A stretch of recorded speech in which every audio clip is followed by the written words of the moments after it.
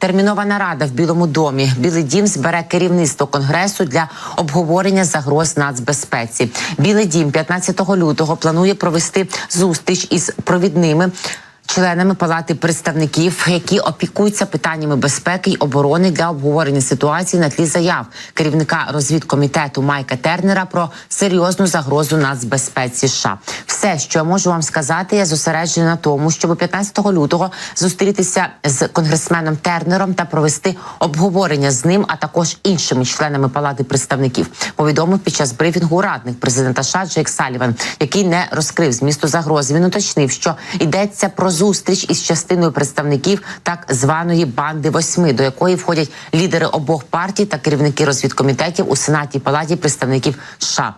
Тобто 15 лютого, за словами Саллівана, відбудеться зустріч з 4 представниками саме нижньої палати. Я не можу зараз розкрити більше деталей з цієї трибуни, зазначив радник Байдена у відповідь на запитання журналістів щодо характеру загрози. Раніше, 14 лютого, голова комітету у справах розвідки Палати представників Конгресу США, республіканець Майк Тернер, закликав адміністрацію президента Джо Байдена розсекретити інформацію про серйозну загрозу безпеці Сполучених Штатів, щоб США та їхні союзники змогли відкрито обговорити, як реагувати на цю загрозу.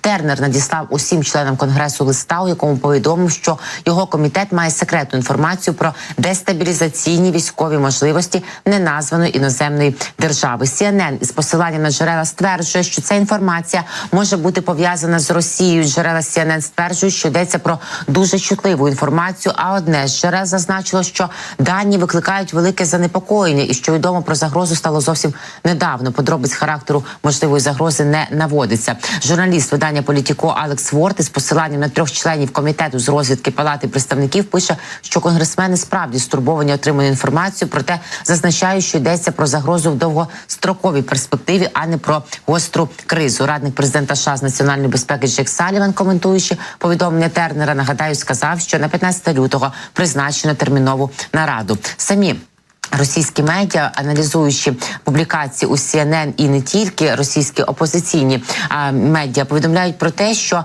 йдеться про потенційну загрозу запуску Росією ядерки в космос. Ось так це може виглядати. Буцімто вони не планують, агресори, запускати її по землі, але в космос планують запустити. Звісно, це доволі дивно виглядатиме, як можливо таке зробити і для чого, з якою метою, і чого ж боїться Путін. Він же ж так тією ядеркою потрухує, але видається, що не хоче це робити ось так, бо розуміє, що прилетить у відповідь, що все фіксується, все бачиться, ну тим не менше десь там до космосу. Але враховуючи, як у них там що долітає до космосу, то я не впевнена.